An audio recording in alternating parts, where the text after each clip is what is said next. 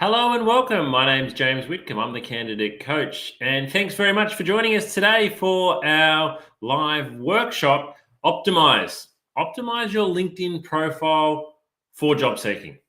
So I'm guessing you've got a LinkedIn profile. I'm guessing you've probably had a LinkedIn profile for quite some time. I think I've had mine for what year in 2022. I think I've had mine for over 10 years, although for the first couple of years, I didn't use it much. So you've probably got a LinkedIn profile. You've probably been on the platform a little bit, but now that it's come time to looking for work, you're wondering how you can best put it together. How can it best reflect your skills, your experience, your achievements? How can it best promote you? How can it best sell you? And how can you best spend your time on the platform? Because from an experienced recruiter's point of view, I can almost notice a lot of the time when someone is desperately looking for work because their LinkedIn activity suddenly goes through the roof. They go from being somebody who you don't really see contributing or getting involved in LinkedIn to somebody who is a little bit over the top with their activity and their behavior. And so, you want to make sure that when you're using LinkedIn for looking for work, you're using it in the right way. So, hopefully, that's what we're going to do today in our session here. So, the title of today is Optimize Your LinkedIn Profile for Job Seeking. So, just a little bit of housekeeping today. I am coming to you live via our YouTube channel. We are streaming onto multiple platforms, including our Facebook channel, our LinkedIn channel, our Twitter page. We're also on many of our partner sites. So if you're on one of our partner websites, a very special welcome to you this morning. Thank you for joining us. Because we are streaming live, if I do drop out for any reason, please stay on the line and I will reconnect. Doesn't happen very often, but maybe once or twice a year, given we run these workshops twice a week. Now, feel free to ask questions today. So the chat function is live. If you ask us a question, wherever you're watching, the chat function today, we're going to answer it for you. It's not just going to sit there. And again, at the end of the session today, you'll have the opportunity to ask questions about your LinkedIn profile or just about recruitment in general, whether you've got a resume, cover letter, interview question. We're happy to take any of those questions from you. So today, what am I hoping that you will learn today? Well, what I want you to learn is why LinkedIn matters. So some people are still a little bit skeptical when it comes to LinkedIn, and they're not sure whether LinkedIn is really that important. So I want to share with you firstly why it matters, how you can get yours job seeker ready. So how can you really set your LinkedIn profile up to be ready for you to look for work? And how can you become a respected contributor? LinkedIn is not a set and forget platform. You need to become a contributor. And how do you avoid the biggest LinkedIn mistake, which I see people making all the time? And as I mentioned at the end, there'll be opportunity for questions and answers on your LinkedIn profile or any of the recruitment topics that we present on. Excuse me for just one moment.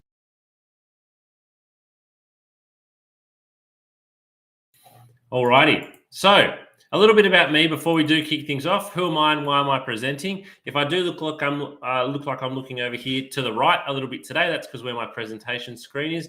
But I'm a director at Smart Recruitment and have been in recruitment since December 2005, which means over 16 years, coming up to 17 years. In that time, I've conducted 3,000 interviews, 600 group assessments, and placed 1,000 people into work.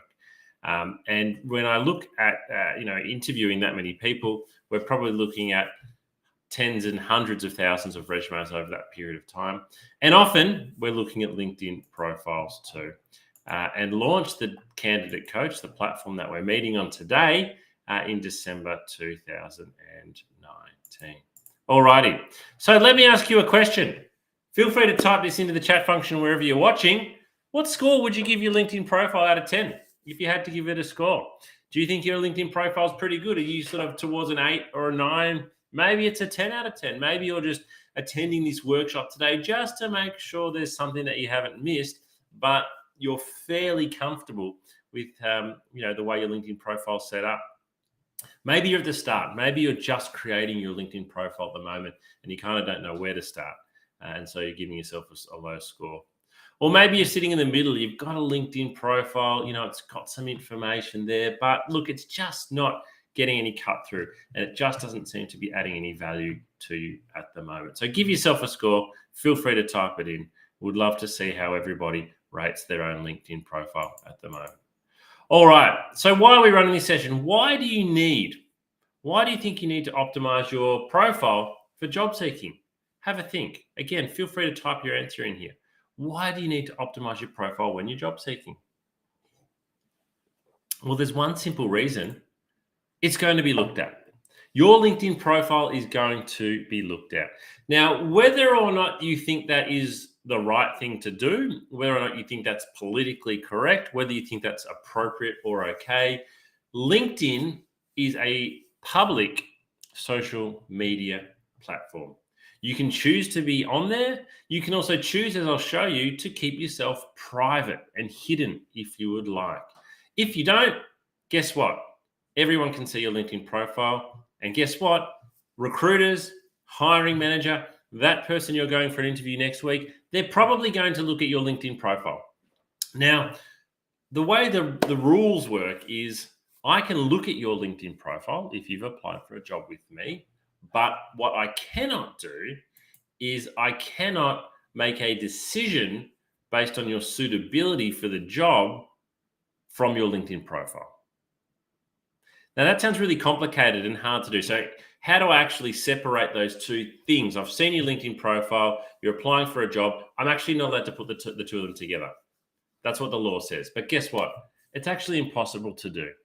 Even if I'm a very experienced recruiter and I'm really conscious of doing that, I've still got what's called unconscious bias. Everyone has unconscious bias. And when I've seen your LinkedIn profile, perhaps when I've seen your photo, it brings up unconscious bias in my own mind. So you need to be aware, and you need to acknowledge, you need to accept that your LinkedIn profile is going to be looked at. If you don't want it to be looked at, turn it off or delete it. Don't have one at all. I wouldn't recommend that, but that's what you can do. So kind of for the rest of the workshop today then, how do we embrace that fact? Okay, prospective employer's going to look at my LinkedIn profile.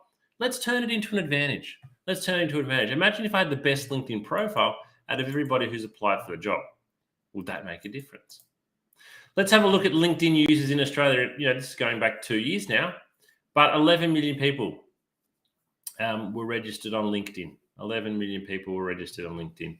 You can see the main age demographic there is 25 to 34-year-olds, but we have usage across all demographics there. So it's being used. It is very, very common. It's obviously the most common, I guess, corporate social media platform, if you want to call it that. It's certainly more corporate than LinkedIn. It's more corporate. It's more corporate than Facebook, Instagram, Twitter, obviously TikTok. Certainly starting to see a lot more of that type of content on LinkedIn. It is maybe becoming slightly less professional, but it is still a very important tool for you to use. All right, let's get stuck in. Now, what I'm going to do throughout the rest of the session is I'm going to share my LinkedIn profile with you. So I'm going to bring my LinkedIn profile up on the screen. Actually, it's my LinkedIn profile from a couple of months ago. I continue, as I'll talk about today, I continue to edit my LinkedIn profile because it's a live thing. It's like your Facebook profile. You can change your profile picture. You can change your background picture. You can change your details. So I'm going to share my profile with you today just by way of showing you where to click through. Now, I have worked on my LinkedIn profile a lot. I think I've got around about 18 to 19,000 followers. I'm really proud of that. I think that's because I would like to think it's because I produce some good content. But I've worked really hard on my LinkedIn profile over a decade, really, to establish myself on the platform and to build my followers. So I'm going to share with you a little bit of an insight into my LinkedIn profile. So you'll see it on the screen here, and you'll recognize this view. This is what you see on your own home screen a lot of the time, how your LinkedIn profile looks up. So what I'm highlighting to begin with, up in the top right-hand corner there in the yellow, you'll see it says here, edit your public profile and your URL. So that's what we're going to click on, edit your public profile and your URL. And again, you can come back and watch the steps from today's workshop again, because this video will go straight onto our YouTube channel once it's completed. So we're going to click on that essentially. We're going to click up here on edit public profile and URL. That then brings us to this next screen here. Now, we're going to work our way down the right-hand side of the screen here. I want to start off by highlighting at the very top here, you can edit your custom URL. So your URL is the actual address of your LinkedIn profile. So as you can see here for mine, it's linkedin.com/in/james-whitcomb-30b69213. Now, I've actually personally not made the effort to go and customize my URL, but I probably should. You can too. So you can just have linkedin.com/yourname1 or whatever you like it to be. It doesn't have to be really long. I'd really suggest that you do that, particularly if you are including your LinkedIn profile on your resume or your cover letter. I know a lot of you are. Many of you are actually including it on there as a hyperlink, which looks really cool. But if you're sharing your LinkedIn profile, customize that URL. It looks professional. It looks neat. It kind of helps to make you look like, you're savvy. We've then got edit content. So as it says here, this is your public profile. To edit its contents, update your profile. So that's what we're going to do. So first of all, edit visibility. So as it says here, you control your profile's appearance. For people who are not signed into LinkedIn, the limits you set here affect how your profile appears on search engines, profile badges, and permitted services like Outlook. So a couple of things we can do here. When we go into edit content, we choose what people are logged in see. When we go to here, we're editing our visibility. So first of all, your profile's public visibility. We've turned it on. Now, if you're really worried that you don't want people to look at your profile at all, maybe just while you're looking for work, you can turn it off. Make your profile invisible. I probably wouldn't suggest you do that though. I would much rather you embrace LinkedIn because I think you've got far more to gain than you have to lose. Far more to gain by having a good profile than what you've got to lose by being worried about it. But we can actually choose here who sees what and what we show. So if we've got it on, what do we want to show? The basic stuff's required. So name, number of connections, and region. But we can see who sees our photo. So maybe you are like, look, I don't want people to see my photo, particularly when I'm looking for work. So we can actually choose. We can have only first degree connections. So that's the people you were connected with already. That's people who you connected with. Only they can see your photo. Therefore, people can only see your photo if you choose to accept them. Maybe your network. So your network is your connection up to 3 degrees away from you. That is a lot of people. That's probably nearly all of Australia, the way LinkedIn works. Or all LinkedIn members. Now, public. So all LinkedIn members on or off LinkedIn. Your content can be visible and in search results like Google and Bing. So what are people going to see? So here we can turn things on and off. Background photo. That's the photo up the top here. Headline. Websites, summaries, article and activities. Our experience. So that's a big part of LinkedIn. Do we want to turn that off? Or do we want to have the current experience headline, but not the details? So on and so forth. So you, in summary, can really control who sees your LinkedIn profile information. The great thing about this is it's not something that you can't just change temporarily. It is. You can come and change it for one day if you want, 1 hour, and then you can revert it back. So if you want to edit some of these settings just while you're looking for work, go ahead and do that. Your LinkedIn is a fluid tool. You can come back and change it later on. All right, so let's get into actually some of the details then. So what we've got here is the header or the banner image. Now, LinkedIn offer you some options here. You can choose from their portfolio. I'm not sure how many they have there at the moment. I think it was half a dozen last time. But what I'd really encourage you to do is to customize and make your own. See, I've made my own here. It just says the candidate coach with the website. When I'm doing more work on behalf of Smart Recruitment, I change it back to Smart Recruitment. But if we have a look, I want to take you to a website here, and you'll see it in the top left-hand corner called Canva, canva.com. And what we can do here is we can type in LinkedIn banner, and what comes up for us is a whole range of LinkedIn banners. So as you'll see, they're all that long horizontal style. Now, Can I zoom in a bit? I've got a big presentation screen. No, it's not going to change. I'll zoom into one in a moment. Now, what you'll notice if you just scroll down here, first of all, you've got, I don't know, there's probably hundreds, there's maybe thousands that we can choose from. And then we can edit them and we can upload them as well. So I might just pick one here to show you how easy it is to edit one of them. So let's say I like let me just pick one that I probably would use. This one here is pretty cool. Let's have a look at this one. Alrighty, so clicked on one particular LinkedIn banner here. That's Rufus Stewart. Actually, this might not be a great example because all I can do is, oh yeah, I can edit that photo. Okay, all right. So let's say we like this one. Well, first thing we're going to do, we've got to delete that photo of him because it's not me. But as you see, everything here is editable. So I would put in my name. And I would put in the job, I'm a recruiter, so I'd put in recruiter. Any of these things here, we can change around, we can edit. If I want to upload my photo, let me see, where am I? I could put my own photo into this as well. So I can continue to muck around. So this is a really great tool. It is really great because when I'm finished here, I can simply just download it and then I can go and upload that to LinkedIn. So that's going to give you a really nice customized top part of your LinkedIn page, which is going to look really quite different. You don't have to use a photo. I've just put a photo in there because that's what somebody else has used. So go away, muck around with it. Again, create a couple of different ones that you like. It might change. It will certainly change as your career changes.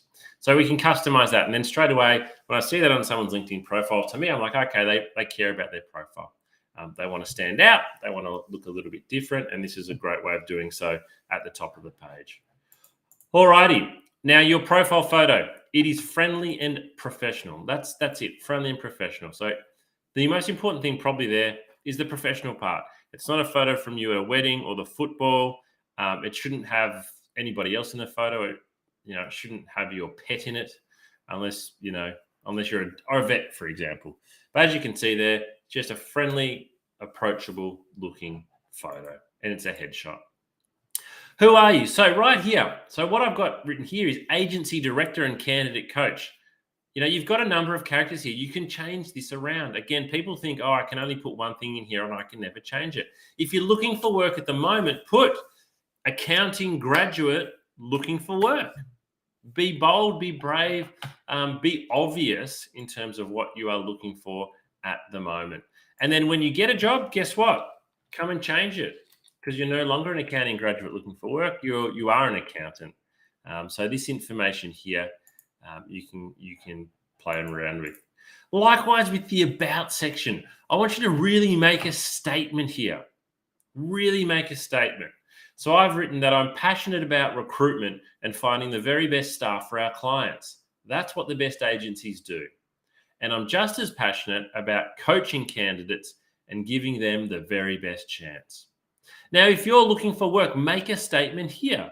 So maybe you're expanding. If you put accounting graduate looking for work, maybe put high distinction accounting student actively looking for work in Melbourne, really passionate about, and mention what you're really passionate about in terms of recruitment.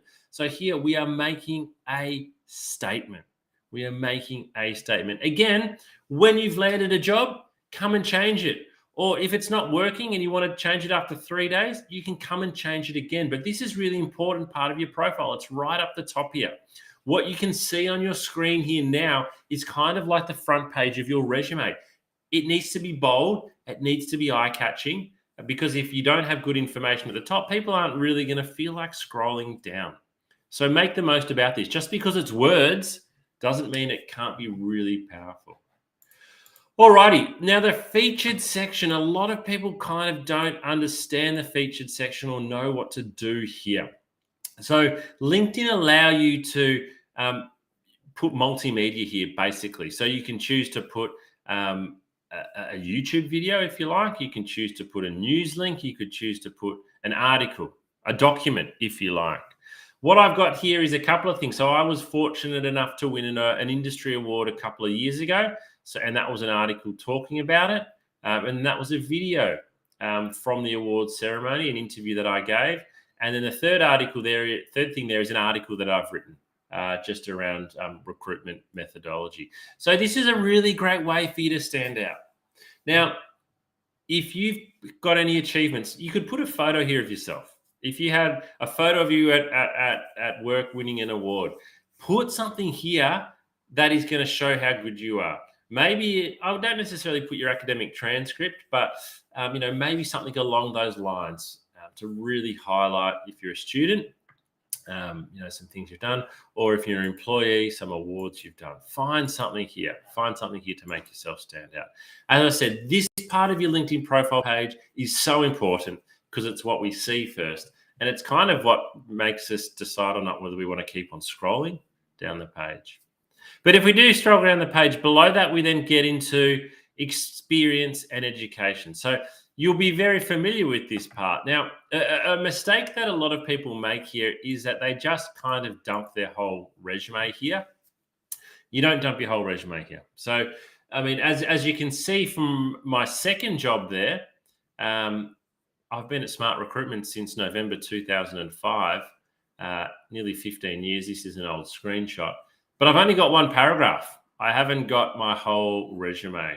What I like about LinkedIn profiles is it is more concise and it is briefer, and it allows the recruiter or whoever's looking at it to get a really good understanding of who you are and what you've done in a concise way. So, dates. The dates that I've got here on the LinkedIn profile for each job, the companies, the job titles, the qualifications down here, my education, they must match your resume. They must match your resume. As a recruiter, I'm really concerned if I get your resume and I look at your LinkedIn profile and they're not the same. Whether there's a missing job here or a different date here, that concerns me. My job as a recruiter is to be quite skeptical. So if I see a date that's wrong or something that's inconsistent, I'm going to really want to pry. So make sure yours match. Make sure yours match. The descriptions, though, as I've said, they can be different. The descriptions can be different. And again, you have the opportunity with some of them, as you can see here, I listed the website. You can include some multimedia. Don't go over the top here. I would probably suggest, not much more actually than I've already put there. But if you are going to put information, highlight your achievements. Highlight your achievements. All right, so my question for you is, what do you think the biggest mistake is? What is the biggest mistake that people make on their LinkedIn profile? What do you think it is? Have you made some mistakes yourself with your LinkedIn profile or your activity on LinkedIn? I'm really keen to hear from you what your biggest mistake is. I'll give you a moment to maybe type an answer into the comments box.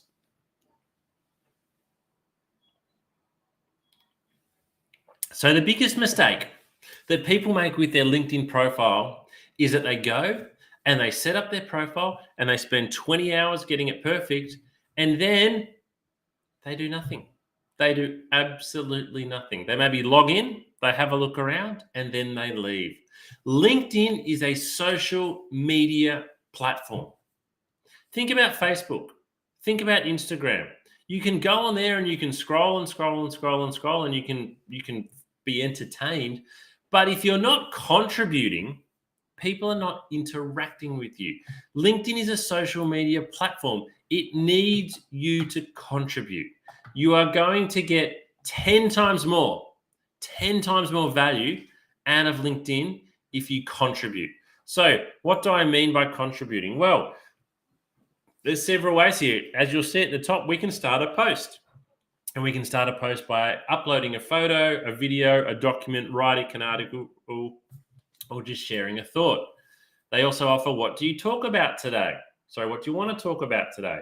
And below that, you can see these buttons as well. We can celebrate an occasion, find an expert, share a profile, add a job, create a poll, or offer help. If you want to become respected on LinkedIn, you need to contribute.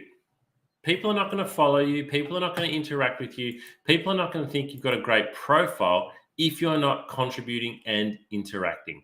So what I would really encourage you to do is to be regular and to be systematic. It doesn't need to be 3 posts a day. It doesn't even need to be daily posting. I would say twice a week is probably the sweet spot, maybe even once a week. But so let's say 1.5 times a week, or maybe we're saying 6 times a month, posting on LinkedIn. Now, posting on LinkedIn can be as simple as share an article that you're interested in. So what I'd really encourage you to do is think about your purpose. So if you're looking for work at the moment, you want to appeal, to job seekers as somebody who's a good candidate, who knows their industry and knows their market well. So maybe you're sharing some interesting articles, some industry news, something that's up to date, and saying, hey, network, I read this article. I found it really interesting. What are your thoughts? It can be as simple as doing that. It can be as simple as copying and pasting.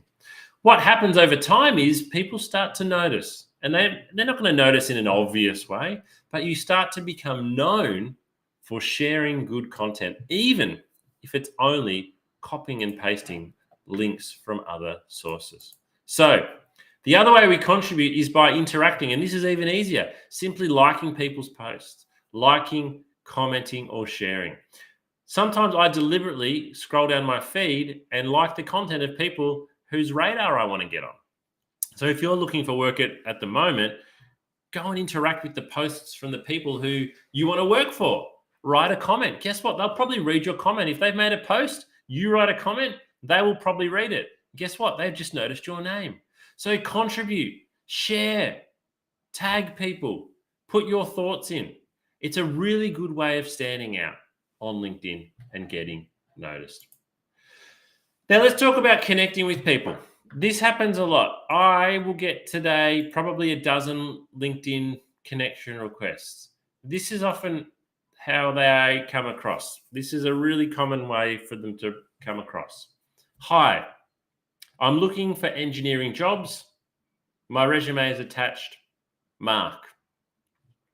Now, in some ways, good on Mark. He's actually reaching out. He's not sitting at home doing nothing. He's looking for work.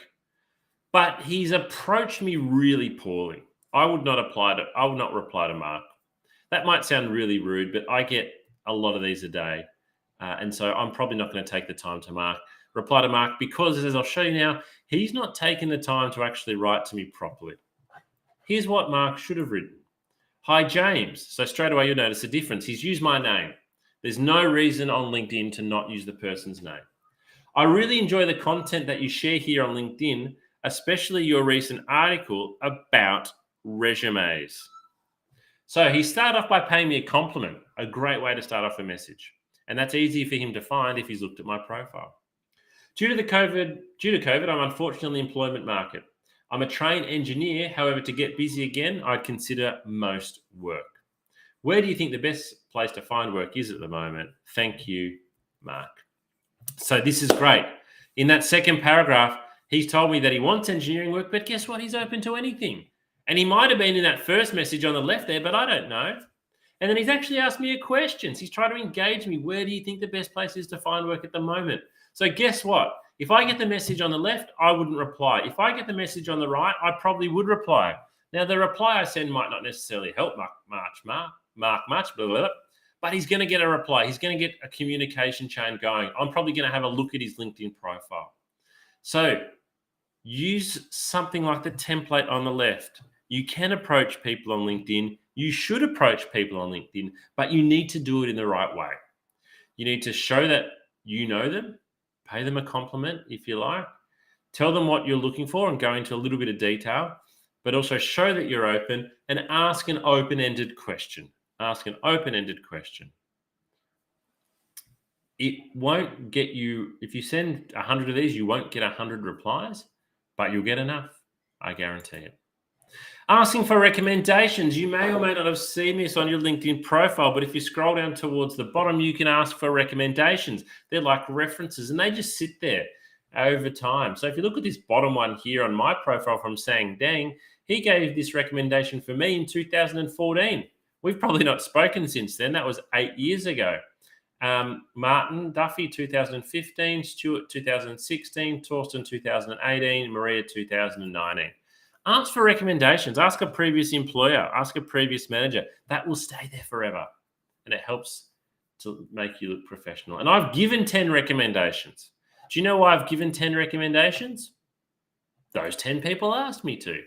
The good thing about giving a recommendation on LinkedIn, as you can see there, is it's only just a paragraph. It's easy for the person to do.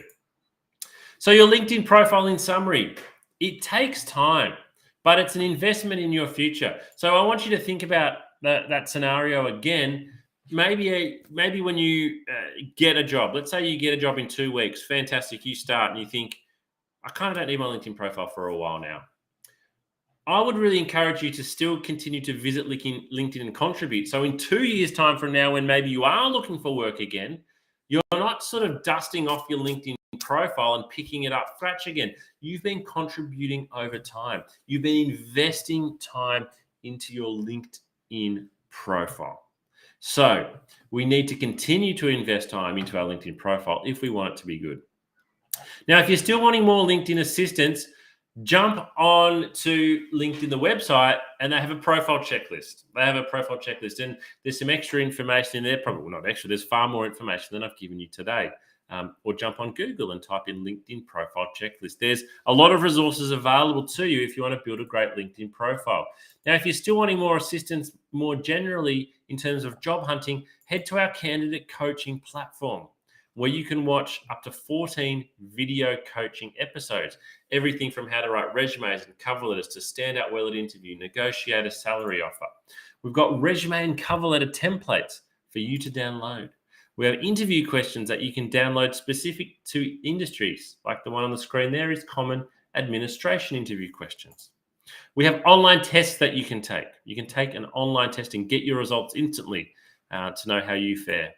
You can download checklists. Again, the one on the screen there, video interview checklists. Make sure that you're best prepared for that video interview. We have articles that you can read. We have specific advice for executive job seekers who are at the senior or the pointy end of the market.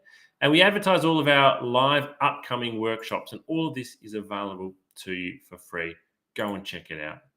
Now, before we finish today, I would love to ask you to take 2 minutes to complete our feedback survey. This feedback survey really helps us to understand what value you received from today's workshop. But we also ask you in it, what more would you like to know about? What workshops can we provide in the future? What other topics are important to you?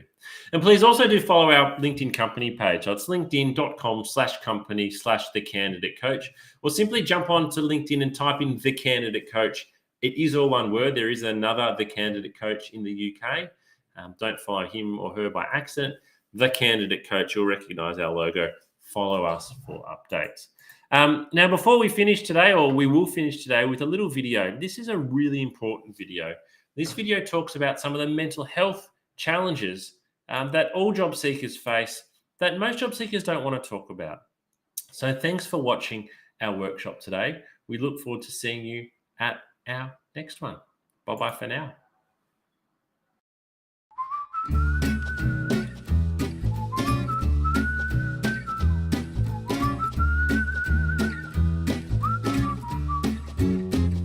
If you're not feeling terrific at the moment and you feel like your mental well-being has taken a little bit of a dip, please remember this is not going to last forever. There's lots you can do to manage your mental health and get back on top of it.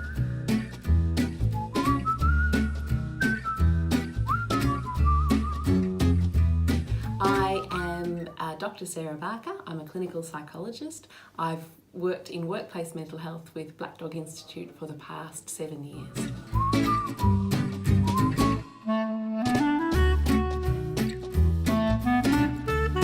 I work with a lot of adults and young people, mainly with anxiety, depression, trauma as well, a range of issues, and many who are looking for work and undergoing that process of trying to find employment.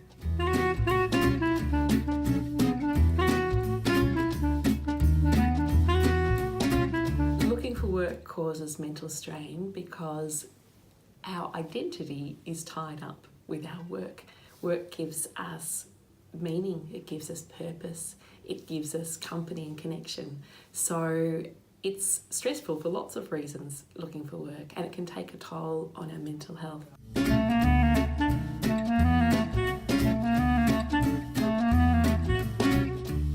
It's really important for us to be aware of the signs that our well-being and our mental health might be dropping. Probably the biggest sign is changes in behaviour. So that might be changes in the way we're thinking or talking to ourselves. We might be saying things like, who would employ me? I'll never get a job. We might be really down on ourselves and really hard and critical on ourselves when normally we're not so hard and critical. We might also, in our relationships, change our behaviour. We might be more snappy or more irritable with people that we love, that normally we might be a little bit irritable sometimes, but not irritable in that way. Losing interest in things that usually sparked us and ignited us and gave us joy. So perhaps usually we like walking the dog and suddenly we start thinking, I can't be bothered walking the dog today. That sort of thing, those changes in behaviour are really significant because they tell us that something's different, and if we're noticing, I suppose, more than one of those and it's affecting the way we feel, and this is over a period of say 2 weeks or longer, then it's a really good idea to have a chat to a GP that you trust, and find out what might be going on, have a discussion and see if there's any physical reasons for that, or if perhaps your mental health and wellbeing might be able to do with a little bit of extra support, and then the GP can refer you on to see a psychologist, a counsellor, whoever is most appropriate for you.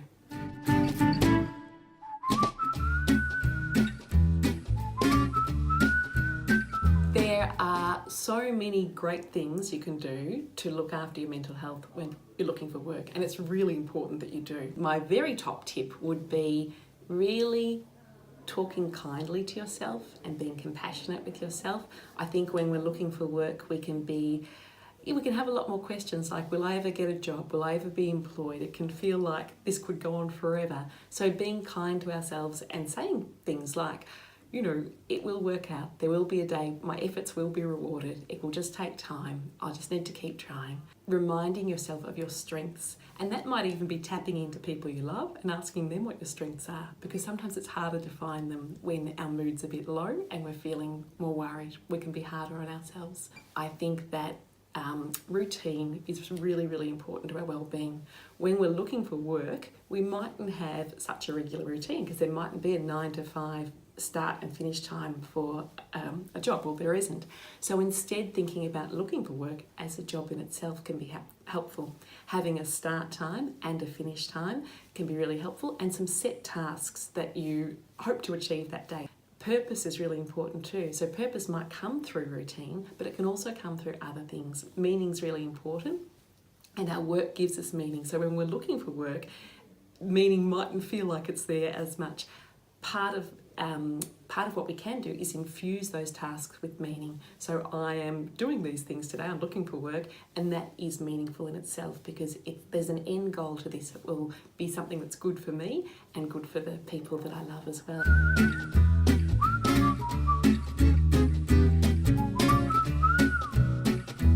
Some excellent resources for looking after well-being when looking for work are the Headgear app. The Headgear app is free, it's evidence-based, it's developed by Black Dog Institute, and it is fun to use. It uses mindfulness, so a technique to really help us relax and reduce physiological arousal, which can often occur when we're feeling anxious. It's got a 30-day challenge, which is just short, bite-sized little challenges to extend your well-being and grow your well-being, and that can be really extra important when we're looking for work. There are also some really terrific resources available through the Black Dog Institute.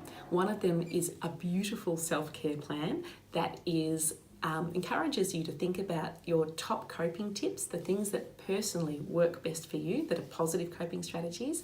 Another really good resource is through Beyond Blue, and they've got some excellent resources to look after mental health while looking for work, and also when people are recently out of work as well.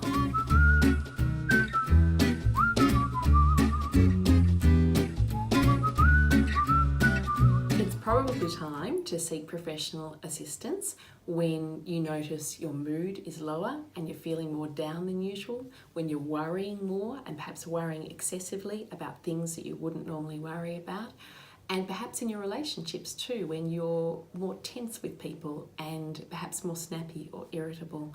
All of these are signs that perhaps our mood is not in the greatest space and our well-being is not in the greatest space, and that it can be a great idea then to chat to your GP, who can then refer you to an appropriate person to help you strengthen your well-being.